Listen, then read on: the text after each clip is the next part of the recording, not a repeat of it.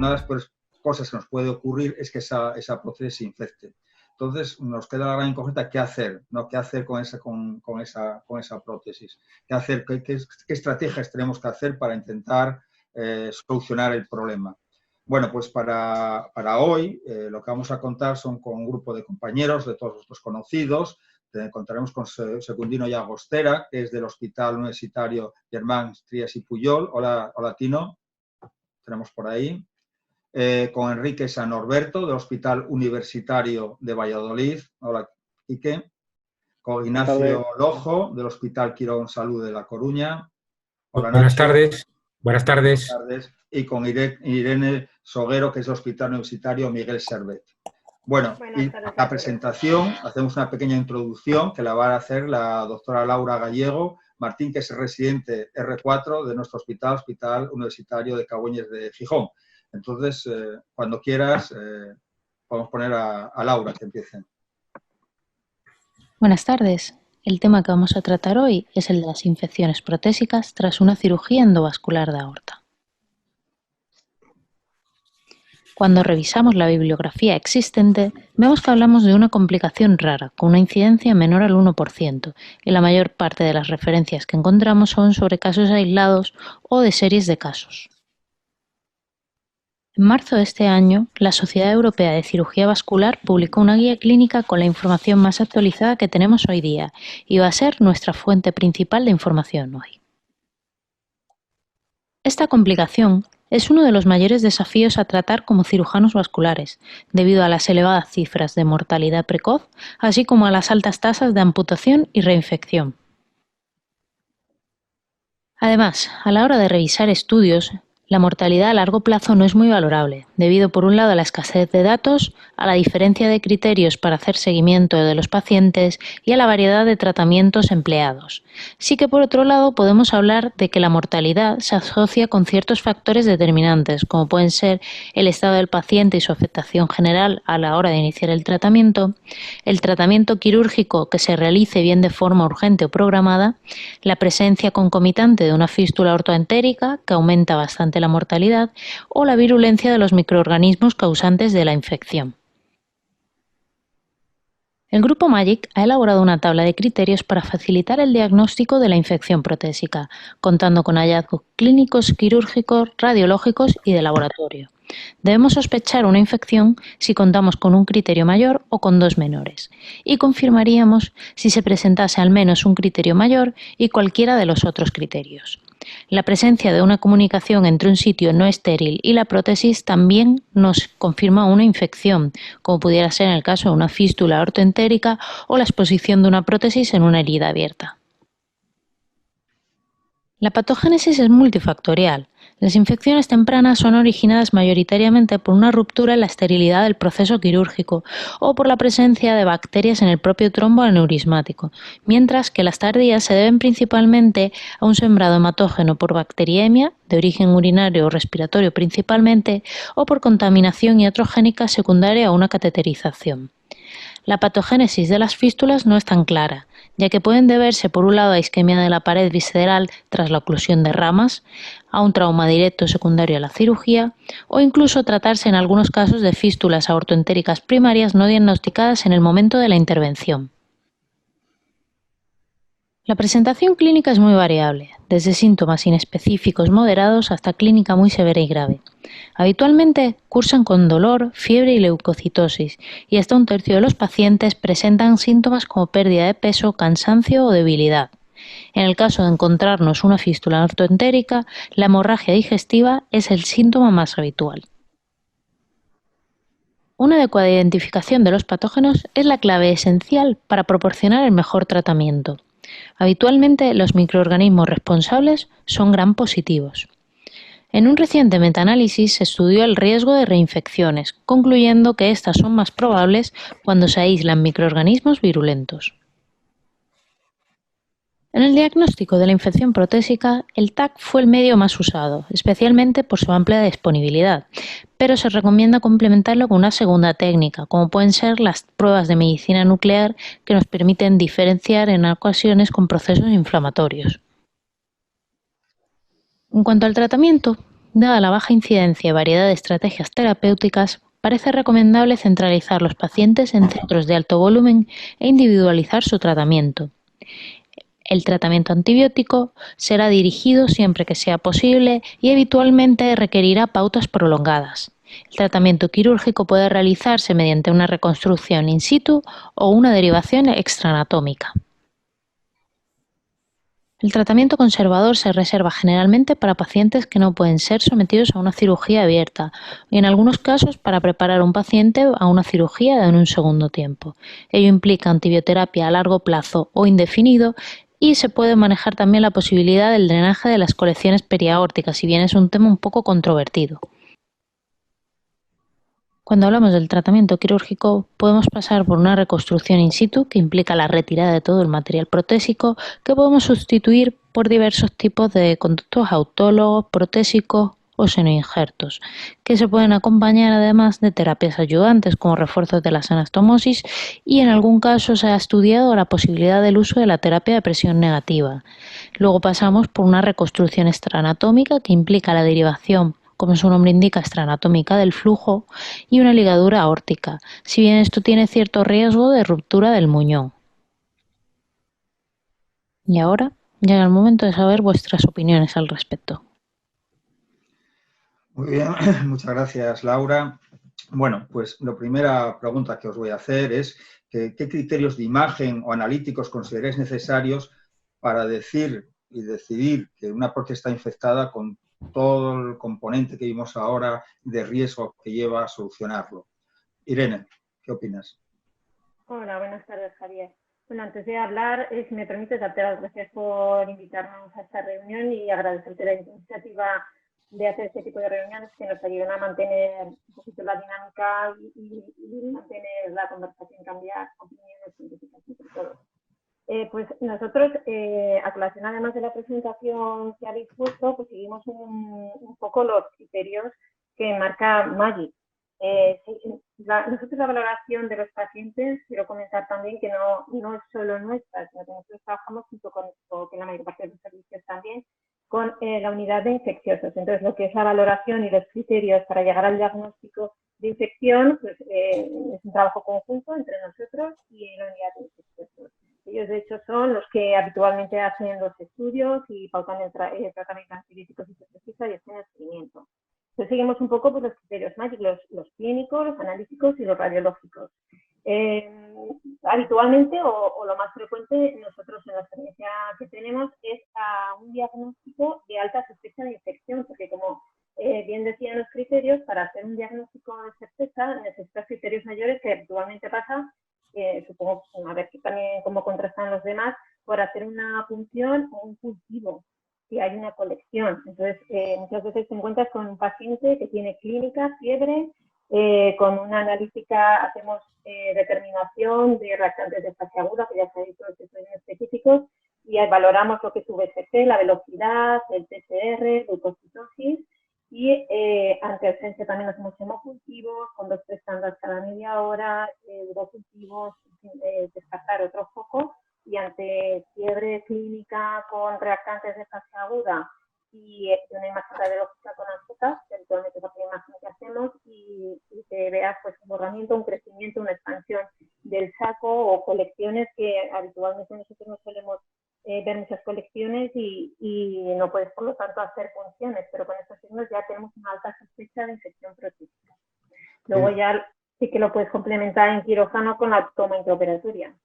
Bueno, Irene, como siempre es muy suave y aquí necesitamos que hables un poco más fuerte y te acerques más al micrófono. Pero no se me ha oído nada. Pero es por tu forma de ser, que todos te conocemos, con más, sí, un poco más para conseguir. Tino, ¿qué opinas? Bueno, afortunadamente mi experiencia en endoprótesis infección es muy limitada, se limita en toda mi vida profesional a 5 casos. 2 que se han resuelto de forma conservadora y las otras situaciones, pues nosotros siempre nos hemos regido básicamente por criterios mayores para diagnosticar la infección de una endoprótesis. Básicamente son pacientes que vienen derivados por lo general de Servicio de Medicina Interna a la sección de infecciosos, con lo cual son pacientes que entran por urgencias por lo general con fiebre, fase reactante aguda analítica totalmente alterada, hay el antecedente de cirugía vascular, de un EVAR, y es cuando nosotros nos hacen la consulta. Por lo general se inicia o lo que hacemos es un tratamiento inicialmente, a no ser que el paciente tenga un deterioro, que esté en situación de shock séptico y aún así pues se intenta estabilizar al paciente lo antes posible, cara a plantearse después una cirugía de explante o las variedades que hemos visto aquí, que después en todo caso ya entraríamos más a fondo a ver qué tipo de soluciones tenemos. Pero ya te digo, o sea, el diagnóstico que nosotros hacemos básicamente es por criterio mayor, criterios por TAC, colección perifluido, gas, analítica, clínica, acompañante, y alguna vez que hemos podido, en un caso recuerdo, se hizo una punción, en 2 casos se hizo una punción dirigida por TAC para extraer el líquido y cultivarlo, con lo cual fue confirmativo y son los 2 casos que nosotros hemos llegado a operar en concreto. Pero vamos, no difiero en absoluto respecto a lo que ha dicho Irene. Me parece que todo el mundo tiene la misma conducta, las mismas orientaciones en cuanto a qué elementos para tener un diagnóstico certero. Y se trata, como todos sabéis, pues de una cirugía muy challenging, llamaríamos, y en la cual hay que estar muy seguro de lo que hay que hacer, dado que pues, es una cirugía muy amenazante en cuanto a vida. Sí, por eso es el diagnóstico, un diagnóstico claro. Quique. Javier, en primer lugar, darte las gracias por la invitación a participar esta tarde y que además de lo que se ha comentado hasta ahora, por supuesto del escáner, quería comentaros nuestra experiencia. En nuestra experiencia, además del TAC, siempre añadiríamos una prueba de medicina nuclear. Hace tiempo era siempre la gammagrafía, aunque gracias a que ya lo tenemos implantado en el hospital, nos vamos últimamente al PET.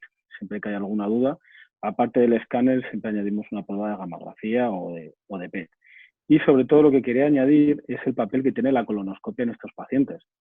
Lo que hemos visto es en muchos casos, como hablaba al principio en la introducción, de problemas a nivel intestinal, de fístulas ortoentéricas, que realmente es lo que nos está dando.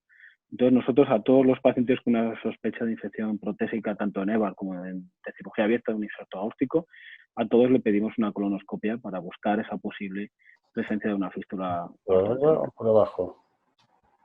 Por abajo. Empezamos por abajo siempre. Hacemos las dos realmente, pero siempre la primera colonoscopia. Nacho. Buenas tardes otra vez. ¿Se me oye bien, no? Sí, perfecto. Vale, perfecto. Bueno, yo un poco volver a los comentarios que se hicieron previamente. Lo ideal para el diagnóstico, además la clínica, y tener como aportaciones que puedo hacer, nosotros ante la sospecha también trabajamos de forma directa con el Servicio de Medicina Interna con infecciosos. Solemos hacer un TAC en nuestro medio, un TAC con los hallazgos que ya se comentaron, y una gammagrafía, porque nosotros en nuestro centro no tenemos PET-TAC, que quizás sería la prueba complementaria para complementar con el TAC que hacemos de forma habitual. La endoscopia solamente la hacemos si hay sospecha de sangrado digestivo, ya sea por algún sangrado o por melena, si no, es una prueba que en general no hacemos para el diagnóstico de la infección protésica.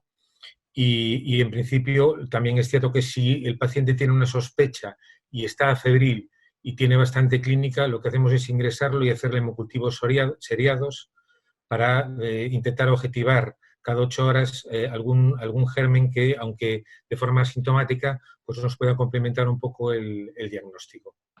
Muy bien, ya tenemos al paciente diagnosticado de infección protésica. Antes de indicar la cirugía, ¿planteáis algún método no invasivo previamente o cuál es la pauta que seguís antes de llegar? Siempre que no sea urgente, lógicamente. ¿Qué hacéis previamente? ¿Lo ponéis ya directamente, lo planificáis hacia la cirugía o previamente hacéis algún tipo de tratamiento previo? Irene. Pues, hombre, si ya tenemos el diagnóstico de infección protésica, pues lo tratamos como una infección protésica. Entonces planteamos la cirugía, salvo que sean pacientes que por factores de riesgo por edad, pues no te plantes el tratamiento quirúrgico. En principio, ya con el diagnóstico, planteamos la cirugía. ¿Tino? Medidas Nosotros cuando nos hemos planteado la cirugía, que ha sido en 3 ocasiones, vamos ya un poco dirigidos. Básicamente nos cuestionamos o valoramos mucho qué vía de abordaje hay que hacer, dependiendo si hay fístula acompañante o no. Muchas veces, en un caso no había fístula acompañante, era una colección bastante grande, con lo cual se optó por una vía diferente a la que sería si hay una fístula ortoentérica, puesto que entonces hay que hacer un gran desmontaje de todo el intestino con una maniobra de Kocher correcta para hacer la resutura intestinal o hacer la exclusión intestinal, la retirada de la prótesis. Bueno, esto ya entraríamos un poco más después, supongo, a especificar qué tipo de técnica. Pero nos planteamos mucho en base a decir, ¿se va a hacer el explante y se va a hacer una reconstrucción in situ? ¿O se va a hacer el explante y se va a hacer una derivación extranatómica? Esto es lo que nos planteamos.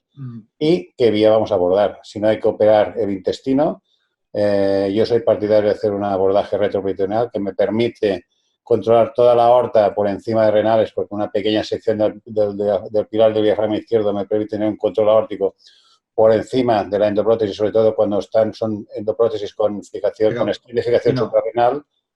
Eso lo dejamos para después. No vamos a Vale, adelantar acontecimientos. No me pises la presentación. Perfecto. Quique, no, yo hablaba un poco de, por ejemplo, dosis de antibióticos, mantener a la gente un tiempo con antibióticos antes de ir, o no, simplemente decir, bueno, pues nada, cuando tengamos un quirófano lo planificamos y vamos a por él. O previamente consideráis que hay que tener antibióticos durante un mes, 15 días, o eso no tenéis. No, a ver, si el paciente está estable y no está febril y la situación está controlada y no hay sangrado digestivo, la opción que tenemos nosotros, que incluso tenemos 2 pacientes con tratamiento crónico con antibióticos, es un control vía, primero antibiograma, si se puede identificar el germen, y después son pacientes que están con antibiótico-terapia a perpetuidad prácticamente, mientras la situación pues no se descontrole mediante controles, mediante hemograma, ver cómo tiene si hay desviación a la izquierda, determinación de reactantes de fase aguda, etcétera. Nos planteamos la cirugía en casos concretos que supongo después ya vendrá ya a no pisarte más, Javier. Exactamente. Quique. Voy a algo más concreto. En el momento de diagnóstico, ingreso. Tratamiento antibiótico intravenoso, eso sin duda. Esquema, en nuestro medio, meropenem y linezolid. La combinación de los dos. Y en momento de plantear cirugía, si la situación del paciente no es tan nefasta que no la impide, es siempre intentar que el hemocultivo sea negativo. Hacer hemocultivos negativos, seriados, y en el momento de plantear cualquier tipo de cirugía, cuando sea negativo. Muy bien. Nacho. Bueno, en principio voy a hacer 2 comentarios. En relación al tratamiento antibiótico, yo soy también un poco de la opinión de Quique, que yo creo que por lo menos hay una tendencia a que si tú mantienes una antibioterapia una semana antes de cualquier procedimiento infeccioso, ya sea primario de la aorta o secundario, a cualquier prótesis infectada, parece que los resultados son mejores que si no tomas ningún. Se los marchó Nacho. Bueno. Sí, se me oye bien, se me oye. Vale, sí, bueno, sí. Voy a resumir. ¿Se me oye bien? Venga. Voy a resumir entonces. 3 segundos. Nada, Nacho. El trasguando por ahí. Una semana antes de antibioterapia y después procedimientos menos invasivos en pacientes de alto riesgo o de duda diagnóstica.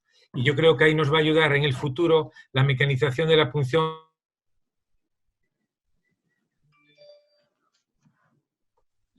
Yo creo que ahí nos puede ayudar bastante en el diagnóstico. ¿Se me oyó? Muy bien, a medias, pero bueno, ya no hay vuelta atrás. Seguimos. Vale. Esto es como las intervenciones, hay que seguir hacia adelante. Vale. Bueno, entonces, otra pregunta que os hago es, ¿consideráis en algún momento alguna situación especial en la cual se decide a este paciente no voy a operarlo, voy a hacer un tratamiento conservador? Y si lo hacéis, ¿cómo lo planteáis? El paciente especial. Irene. Sí. Hola. Sí, nosotros, bueno, si me permites un breve comentario respecto a la otra cuestión que iba a ser un comentario, por lo que han hablado los compañeros. Yo creo que la pregunta, si tienes una infección protésica, yo creo que se plantea que el hacer un tratamiento con antibiótico o hacer un tratamiento sin llegar a la cirugía, en el caso de esos casos que ha comentado Ignacio, precisamente de duda diagnóstica. Que no tienes un cultivo claro, que tienes un proceso febril, pero que un poco más claramente protésico. como puntualización, que es lo que te puede hacer dudar y a lo mejor dejar de incluso un tratamiento supresor de 6 meses a largo plazo. Y luego, en cuanto a los pacientes que nos podamos plantear un tratamiento conservador o que nos planteamos, pues, pacientes, como he comentado antes, de edad avanzada y elevado riesgo. Nosotros hemos tenido pocos casos de endoprótesis infectadas, pero los pocos que hemos tenido, la verdad es que han ido mal porque han sido casos o bien que han hecho un cuadro séptico y no ha dado lugar a hacer cirugía, o pacientes, concretamente uno con un aneurisma trapezoidal que se intervino y que requirió pues algún procedimiento por fractura de Sten y finalmente hizo una bacteriemia, hizo, lógicamente por la imagen, una infección. Un paciente de 80 años con factores de riesgo, artritis reumatoide, cardiopatía, enfermedad pulmonar, y que lógicamente en ese caso no te planteas hacer un tratamiento quirúrgico. Le pones un tratamiento antibiótico y como ya estamos hablando de casos con una infección y una sepsis clara, pues han acabado falleciendo. Es que el tratamiento conservador, al final, yo creo que cuando hay una infección protésica establecida, el final, pues más o menos yo creo que ya lo sabemos todos, es difícil, ¿no? Si no haces una cirugía, porque tiene una mortalidad muy elevada. Entonces, salvo que el paciente no sea candidato a cirugía, pues sus circunstancias, pues... Muy bien, Irene, pon más carácter, acércate más. No sé. Muy bien. Vale. Venga, esa suavidad no puede seguir aquí. Tino.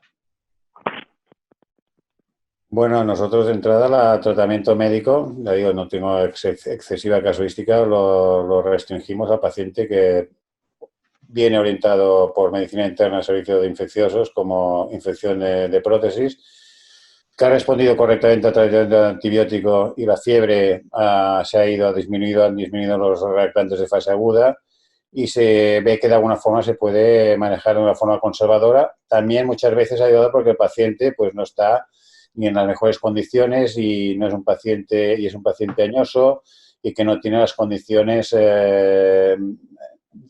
podríamos decir generales para igual abordar una gran cirugía. Y la experiencia nuestra ha demostrado que vamos en 3 casos que tenemos que seguimos desde hace ya más de 1 o 2 años, otro de más de año y medio, con el tratamiento conservador y con los PET que los hacemos, pero los tenemos que enviar fuera del hospital, pues se ha visto que de alguna forma la actividad inflamatoria periprotésica pues está como larvada, congelada y no se ha exacerbado. Limitamos a estos casos así muy concretos el tratamiento médico conservador, cuando realmente el paciente pues sigue séptico, grandes colecciones, fístula ortoentérica, pues esto es indudablemente, como hablaremos después, estos se van a quirófano seguro. ¿Y qué? Nuestra experiencia con el tratamiento conservador realmente ha sido muy malo, tirando a nefasto. ASA 2, ASA 3, cirugía, ASA 4, nada de cirugía, tratamiento conservador con las opciones que tenemos. Hemos intentado un poco de todo. La experiencia es muy, muy limitada, desde la punción guiada por TAC, realizada por los servicios de radiología intervencionista, y tratamiento antibiótico crónico. Los pacientes que no van por el quirófano, que no consiguen llegar, el resultado a las pocas semanas, meses, nuestra experiencia es muy malo. Por eso que quirúrgico, si ASA 2, ASA 3. Nacho. En cuanto al tratamiento, desde luego, si no es más invasivo, realmente la mortalidad, tanto en torácica, sobre todo, y en abdominal es muy... El plan paliativo en la infección protésica sería en pacientes con un riesgo quirúrgico prohibitivo, con pacientes con un pronóstico de vida muy corto, o en aquellos que haya alguna duda diagnóstica con una infección con una virulencia muy pequeña. Que de hecho yo quería hacer una pregunta a Tino. En los pacientes que tratasteis con tratamiento conservador, ¿qué germes aislasteis en los hemocultivos? ¿Recuerdas? No eran bacilos gram negativos, o sea, de hecho, desde el punto de vista bacteriológico, no eran bacterias, por decirlo, agresivas, y fueron pacientes, en un caso, pues gente un paciente de bastante edad y que en principio la colección no era exagerada y era una colección muy limitada periprotésica, que con tratamiento antibiótico respondió correctamente. y de alguna forma, dado también el asa anestésico que tenía el paciente, pues se le estimó a hacer la cirugía. A ver, nosotros, me conoce, somos relativamente agresivos quirúrgicamente y somos conscientes del riesgo que comporta tener una infección protésica. Pero hemos visto que en muchos casos, afortunadamente los 2 casos que hemos seguido a largo plazo con tratamiento médico conservador todavía están vivos, lleva más de un año y no hay que hacer nada. Entonces, son casos muy específicos, muy concretos, yo repito, o sea, afortunadamente no tenemos una experiencia grande con más de 500 endoprótesis puestas.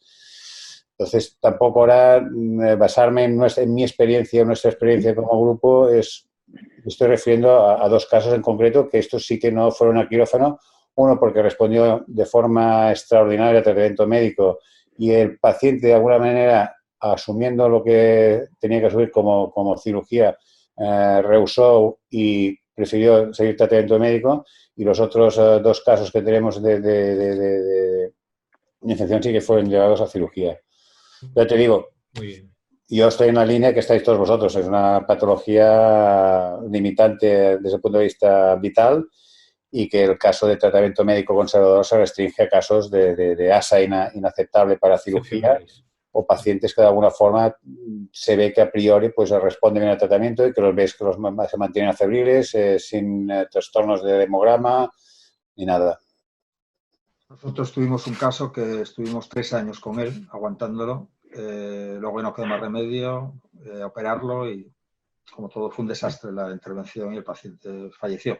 Por eso planteaba que a veces, pues bueno, la puedes alargar un poco más su vida, un poco más de tiempo, ¿no? Cuando el riesgo es muy alto. Cuando es muy alto, claro, igual estás alargando 2 años o 3 la vida, a veces, Claro. depende de lo que hay que hacerle. Claro, exactamente. Bien, entonces ahí estamos con la prótesis, vamos a por ella, vamos a sacarla. Claro, el gran problema que tenemos cuando vamos a hacer una explantación de una endoprótesis son los que tienen fijación suprarrenal. Entonces, ahí siempre, yo las que hice, bueno, fue muy difícil hacerlas y hay una serie de trucos, eso me gustaría que hicieses, que cuando vais a sacar esa prótesis con implantación suprarrenal, qué técnica utilizáis, qué trucos utilizáis y qué pasa o qué hacéis en el caso que no consigáis porque eso está enganchado y no conseguís sacarla. Irene. Bueno, yo como he comentado, ¿se me oye ahora bien? Muy bien, muy bien. Vale. Mejor. Eso, con fuerza. Como he comentado, de prótesis ortobiliatas abdominales no hemos tenido ningún caso de infección. Los que hemos tenido han sido de aortas torácicas en personas mayores. Hemos tenido recientemente un caso de un paciente joven, pero que desafortunadamente se complicó con COVID. Entonces, nosotros lo que es explantación de endoprótesis tenemos, pero en casos en los que ha habido por fuga o crecimiento de saco aneurismático, entonces tienes que hacer una reconversión, hacer una cirugía abierta. En esos casos, pues para extraer alguna prótesis ha salido bien, no ha estado muy fijada, no ha habido problemas. Alguna otra se ha seccionado la tela del cuerpo por debajo entre estren y estren, entonces se ha suturado la nueva con la aorta y la endoprótesis. Y en algún caso sí que recuerdo, pero bueno, de los primeros hace años, sí que hubo que hacer conversión y tuvieron que cortar con una cizalla quirúrgica, pero bueno, con las prótesis que hay hoy en día en el mercado, yo creo que se puede hacer perfectamente la sección de la tela a nivel del cuerpo. Pero claro, es verdad que no es puedes dejarte esa zona de prótesis porque no estoy hablando de casos de infección. ¿Y no? Nosotros, la experiencia se remite actualmente en estos últimos años a 3 explantes. Uno, no por motivo infeccioso, los otros 2 por motivo de infección de prótesis. Y la realidad es que el explante, yo tengo un pequeño truco que lo he aplicado en 3 veces para realizarlo. Además, las 2 veces que ha habido que hacer el explante de la cirugía de la prótesis abdominal era con fijación suprarrenal. Y es un truco que utilizo que ya está publicado hace tiempo, pero que la realidad se ha visto que va bien. Es decir, si tú tienes el saco abierto y tienes una de las patas o coges las 2 patas de las dos extensiones que van a las femoral, con una sonda, con una jeringa de alimentación de 20 o más grande, y con un control previo suprarrenal, supra-stent proximal, se puede hacer con relativa facilidad, no siempre es así, pero metiendo la prótesis dentro de la jeringa que se ha cortado, con lo cual tú estás introduciendo un cilindro que vas, con un poco de paciencia, vas desenganchando los hooks hasta que la prótesis te baja ella sola con relativo cariño, sin tener que arrancar o estirar, que esto muchas veces, esto está obligado, que te llevas parte de la pared de la aorta a nivel suprarrenal, y a veces esto puede comportar pues que tengas que ligar la aorta y tengas que hacer una alta cirugía que a veces ni se lleva a cabo, como sería la reimplantación de las renales, etcétera. Este es el pequeño truco que he utilizado, que me ha ido bien las 2 veces que lo he hecho, y la realidad es que, bueno, es factible, es un poco entretenido. Tienes que saber un poco el diámetro del cuerpo aórtico para que tú puedas deslizar el cilindro de brazo hacia arriba para hacerte bajar después el cuerpo de la endoprótesis. ¿Y qué? Exactamente. En nuestro caso será un poquito diferente, porque habitualmente para este tipo, para los explantes y específicamente que si hay infección, usamos una laparotomía media. Este tipo de acceso es por el último paso que os voy a comentar. A través de una laparotomía media nosotros empezamos con red. Con red para nosotros es un balón de oclusión metido por vía humeral. Lo dejamos a nivel de la aorta supraciliaca aproximadamente y lo tenemos ahí por si puede pasar cualquier cosa. La técnica que ha descrito Tino la empleamos también, nos convenció, y la verdad es que en algún explante que hemos realizado principalmente por fugas ha resultado bien, lo de la jeringa, ir poquito a poquito, tirando hacia arriba, jugando y tal. Y una vez, el problema es cuando no sale con la técnica de la jeringa.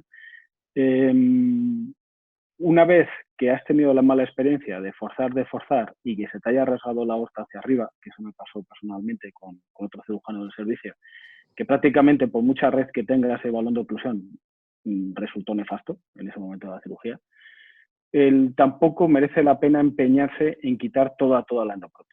Es decir, en nuestro manejo, lo que es dejar el stent de fijación suprarrenal, aunque sea con el trocito de daco, cortar ahí, parar y hacer ahí una sutura. En nuestro caso, ha salvado la vida del paciente en el momento y en el seguimiento no nos ha dado problemas. Lo que sí, en este tipo de pacientes usamos la laparotomía media, que era con lo que comenzaba y con lo que quiero acabar, porque lo hacemos una epipoplastia, es decir, colocamos el aumento mayor, una aumentoplastia, justo en el lecho. Por lo que decía al principio, nosotros tenemos desgraciadamente mucha casuística, o no mucha, pero que coincide en estos casos con problemas a nivel digestivo, fístula ortoentérica. Entonces siempre el último paso es dejar el aumento mayor, el epiplo mayor en el lecho. Por eso siempre nuestra vía de elección es la laparotomía media.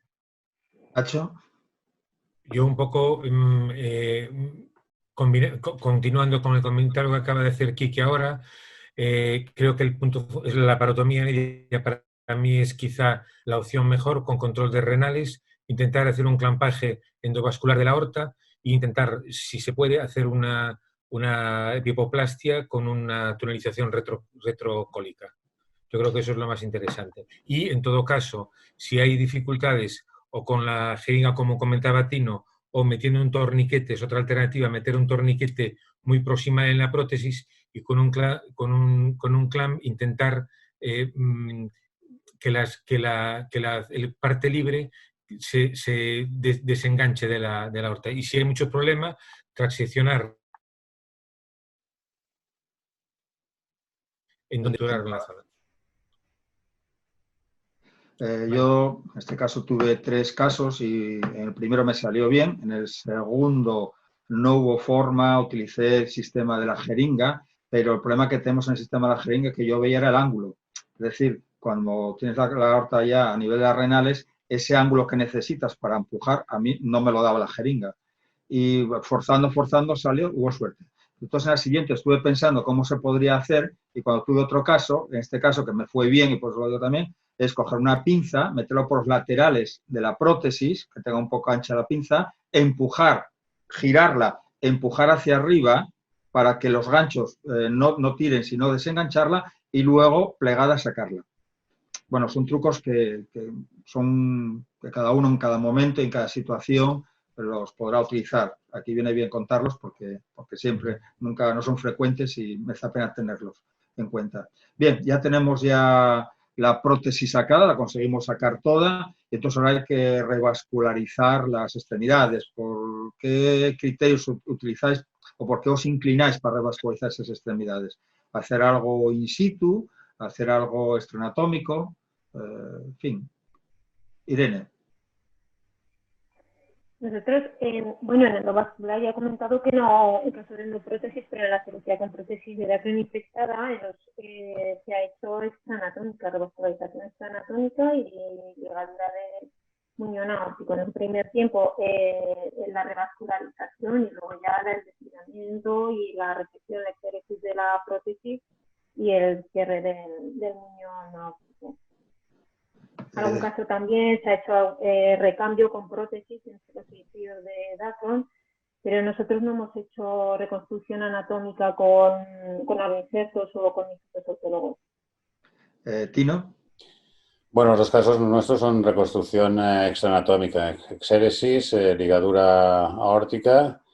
En un caso fue sencillo porque era una endoprótesis ya que tenía una de las patas ocluidas, con lo cual ya la pierna estaba compensada y era una urgencia.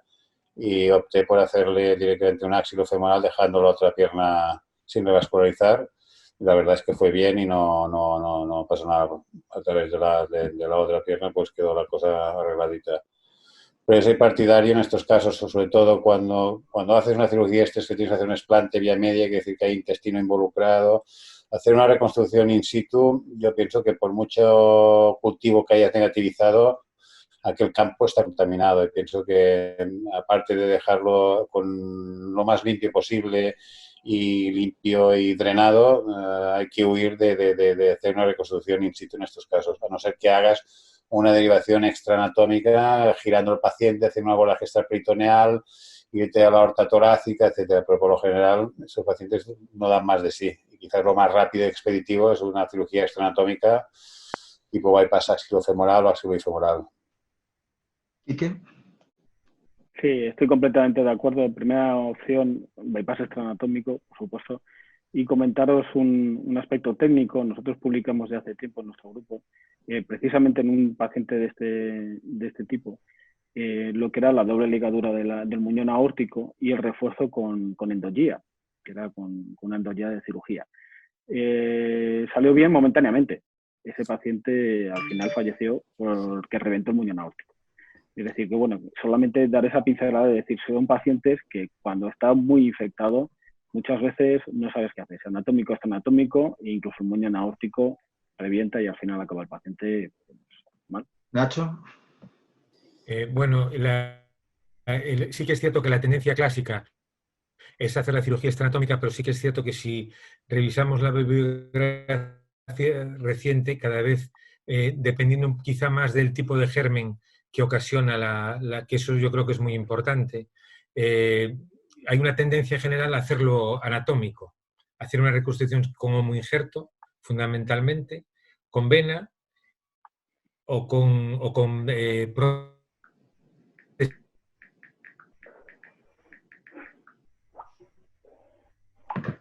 Se nos quedó colgado Nacho. para, digamos, muy agresivas. Tienes una infección polimicrobiana con muchos gérmenes gram negativos, los bacteroides, Enterobacter, cloacae, por ejemplo. Quizá la cirugía extraanatómica ahí tiene más sentido. Para un germen menos virulento, yo creo que hoy por hoy, si es una cirugía programada, se le puede ofrecer un tratamiento con homoinjerto, por ejemplo, que sería una buena alternativa, o buscando alternativas, digamos, un poquito diferentes a la habitual. Yo, desde luego, un paciente, por ejemplo, que tiene un germen de los que antes he comentado, haría una técnica extraanatómica primero y después haría la cirugía de resección de la prótesis. Y después hay que hacer un comentario también que muchas veces con el muñón aórtico, si te quedas sin muñón, si hay un cuello realmente muy corto, hay un problema técnico importante a hacer el muñón, porque si no fuerzas mucho la sutura aórtica. Y ahí es como tienes que tener un plan B también para hacer una reconstrucción in situ con material, porque puede ser un problema técnico muy importante y puede hacer que pueda haber una rotura, además de la infección, una rotura por un deficiente muñón aórtico. Yo es lo que quería aportar en esto. Bueno, es que yo generalmente el problema que yo veo cuando se hace un muñón aórtico, con la experiencia que tenemos, es que esos muñones aórticos saltan.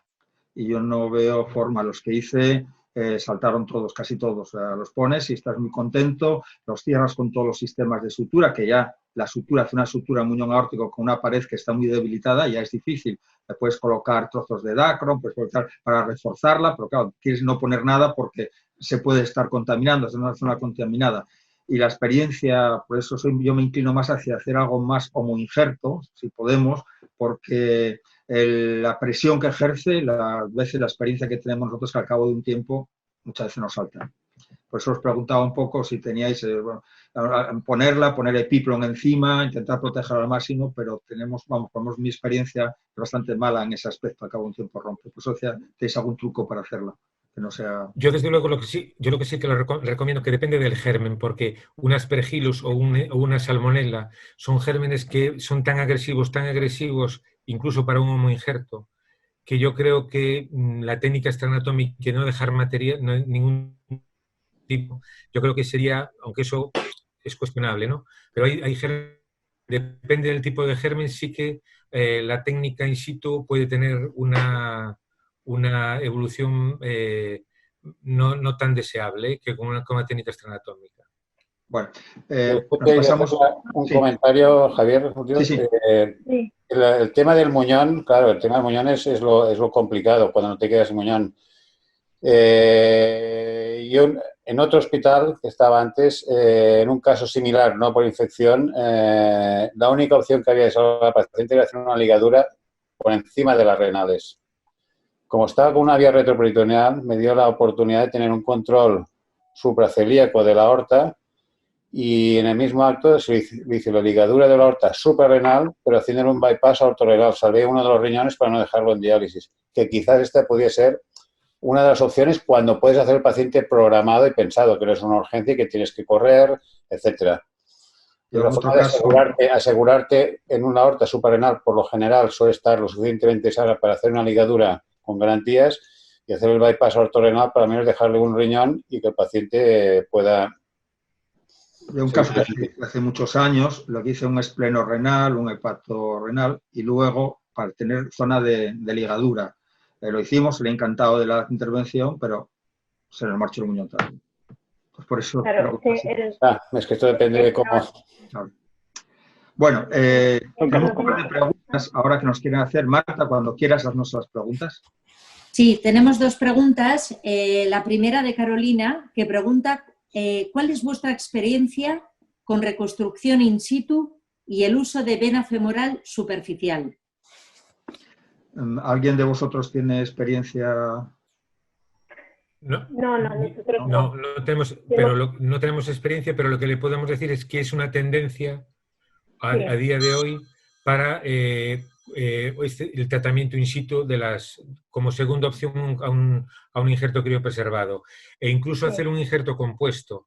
Por ejemplo, hacer un tubo de parche bovino, por ejemplo, con las patas de vena femoral superficial también puede ser una alternativa. O sea que yo creo que me parece una buena idea. Con la morbilidad venosa, claro, que siempre es un punto, pero bueno, es una alternativa. ¿Quique? Lo que pasa que o Irene, perdona. Que a colación de lo que comenta Nacho, es verdad que al revisar sí que la segunda opción es el criopreservado. Además tienen en algunas series panamericanas una supervivencia a 5 años, al 72%, no tiene malos resultados. Y con el injerto autólogo, mejor que en el criopreservado, pero también se están teniendo tendencia a hacer y con buenos resultados. Lo malo del autólogo es que necesitas pues 2 equipos quirúrgicos, porque claro, tienes que ir a 2 tiempos, si no prolongas mucho la intervención, teniendo en cuenta que muchas veces se trata de pacientes que están escépticos. Entonces, yo también veo inconveniente, nosotros no tenemos experiencia, pero si pensara en hacerla, me plantearía antes un criopreservado, porque el autólogo ya no por viabilidad, sino porque también hace una cirugía compleja, ¿no? Que puedes complicar más la intervención por el tiempo quirúrgico y los procedimientos. No sé qué pensará Nacho también. No, es lo mismo que tú. La opción primera creo que es solo un injerto y después eso es una técnica alternativa. Quique, ¿que querías intervenir? Sí, mi experiencia es muy limitada, es un caso, pero vamos, nada moderno. Estoy hablando de que lo hizo Santiago Carrera, que ya está jubilado, no está fallecido, mucho menos, pero ya está jubilado, que muchos de vosotros lo conoceréis, que lo hicimos con venas femorales de los dos lados. La verdad es que resultó una cirugía técnicamente muy bonita, eterna prácticamente, porque alargas los tiempos quirúrgicos un montón, añades comorbilidad al paciente y la verdad es que el resultado yo creo que fue el mismo que si hubiéramos hecho un anatómico. En nuestro grupo criopreservado no tenemos experiencia por los primeros casos que hubo, los resultados son malísimos. Y en caso de plantearnos hacer un anatómico, o dacron con plata o impregnar de rifampicina. Es decir, lo que son los homoinjertos con vena alarga muchísimo el tiempo quirúrgico con unos resultados dudosos, cuanto menos. Una opinión, ¿eh? Son casos muy Creo que tenemos limitados. otra pregunta. ¿Marta? Sí, tenemos otra de Juan Manuel que pregunta ¿qué opináis de la utilización de las prótesis biosintéticas de colágeno ovino en terreno infectado? ¿Alguien de vosotros quiere responder? Sí, mira, es una muy buena opción haciéndolo tubular, sobre todo en la aorta torácica. Es una muy buena alternativa. Y como injerto compuesto en el sector aortoilíaco. Aunque yo creo que la mejor opción es a nivel de aorta torácica. De hecho, el grupo en angiología, el grupo de la Jiménez Díaz, tiene un trabajo de unos, de acuerdo a uno, con unos casos con buen resultado. Una alternativa como la vena femoral en el miembro inferior. Parece es una alternativa, desde luego, y yo creo que tiene bastante capacidad de resistencia a la infección. Muy bien. ¿Tenemos alguna pregunta más, Marta? ¿O seguimos? No, podemos seguir. Vale, muy bien. Ahora el planteamiento vamos a hacer un planteamiento previo. Vamos a colocar un extraanatómico. ¿Qué secuencia seguís? Colocáis primero el extraanatómico, luego vais a por la cirugía, quitáis el explante, hacéis el explante y luego el planteamiento del extraanatómico. ¿Cómo lo planteáis, Irene? Hombre, lo ideal es primero revascularizar y después hacer el explante, por ir de campo limpio a campo sucio, lógicamente, pues en algún caso en el que el paciente esté hemodinámicamente muy inestable, pues no te queda otra que primero hacer el explante y después la revascularización, teniendo mucho cuidado con eso, con los campos por la contaminación. No, nosotros, si se puede, siempre hacemos primero la reconstrucción extraanatómica, el axilo bifemoral. ¿Tino? Si da tiempo y no es una urgencia que el paciente está con un sangrado, una fístula arterientérica activa sangrando, lo estándar y normal y habitual es hacer primero el extraanatómico y después hacer la cirugía de exéresis. Cuando no hay tiempo, pues bueno, primero haces la láparo y después cuando puedes revascularizas. ¿Quique? Totalmente de acuerdo. Si tenemos tiempo, lo que comentaba al principio, vale. Si tenemos un cultivo, un homocultivo, vamos allá. Me está haciendo gracia, quería hacer un inciso, un comentario de Manuel Rodríguez Piñero, y la verdad es que le doy la razón, que dice que le da la impresión que no hemos avanzado nada en los últimos 20 años. Antes hablamos de cirugía abierta y ahora hablamos de EVAR. Totalmente. Los resultados son casi iguales. Me ha hecho gracia y estoy completamente de acuerdo con él. Sí, yo también estoy totalmente de acuerdo. Creo que aquí estamos bastante parados. Nacho, ¿algo que aportar? No, mira, yo solamente hacer un comentario con respecto al anterior muy corto, porque para impregnar una prótesis de dacron y rifampicina, por ejemplo, con hacer una solución de 60 miligramos hacer una solución e introducir la prótesis de 30 y 60 minutos, vale perfectamente para impregnarla. Es un truco, ¿no? Para salir del paso. Con respecto a la técnica extraanatómica, y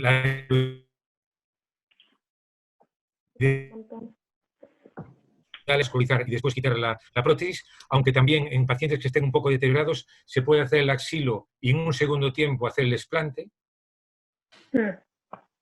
o incluso están descritos hacer el axilo, el explante y después hacer una reconstrucción in situ en pacientes que sean relativamente jóvenes y que tengan posibilidades y tengan buen estado general y a reconversión de aorta torácica, hacer un tóraco bifemoral o cosas Muy bien. Ya tenemos el extranatómico, ya lo tenemos todo, ya está fuera el paciente, ya fue todo genial. Luego, ¿qué pauta seguís? ¿Cuál es la estrategia a seguir? ¿Seguir con antibióticos durante mucho tiempo? ¿Dejar durante un tiempo? ¿Esperar evolución? ¿Dejarlos de por vida? Irene. Pues habitualmente cuando se ha hecho el explante ya pones el tratamiento antibiótico conforme cultivo si lo tienes y durante 4 o 6 semanas de tratamiento. Si el paciente está sintomático se mantiene eso, se hace un poco el protocolo de infección protésica teniendo referencia o como referencia pues también los protocolos de endocarditis. Ese sigue un poco también lo que nos indica o nos recomienda medicina interna, pero habitualmente son 4 o 6 semanas de tratamiento antibiótico y conforme cultivo. Muy bien. ¿Tino? La estrategia básicamente viene marcada por el Servicio de Enfermedades Infecciosas. Por los estándares, lo mismo que dice Irene, se suele mantener un tratamiento antibiótico como mínimo durante un mes. Vale. ¿Quique? Dirigido a antibiograma, que habitualmente ya lo tienes porque tienes un antibiograma muchas veces mucho más preciso con lo que has hecho, con las muestras que has tomado de forma en el campo quirúrgico, con lo cual puedes dirigir un poco más el tratamiento antibiótico. Pero ya te digo, menos de un mes no. ¿Quique? Sí, quizá más incluso que del mes, es decir, nos vamos a tratamientos largos.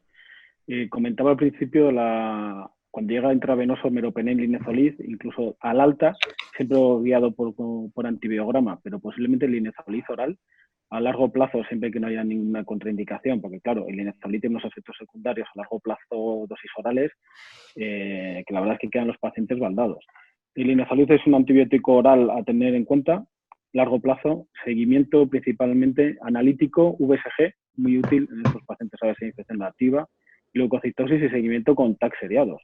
Hablando de 3, 6 meses, incluso luego cada más de 6 meses, ¿no? Nacho.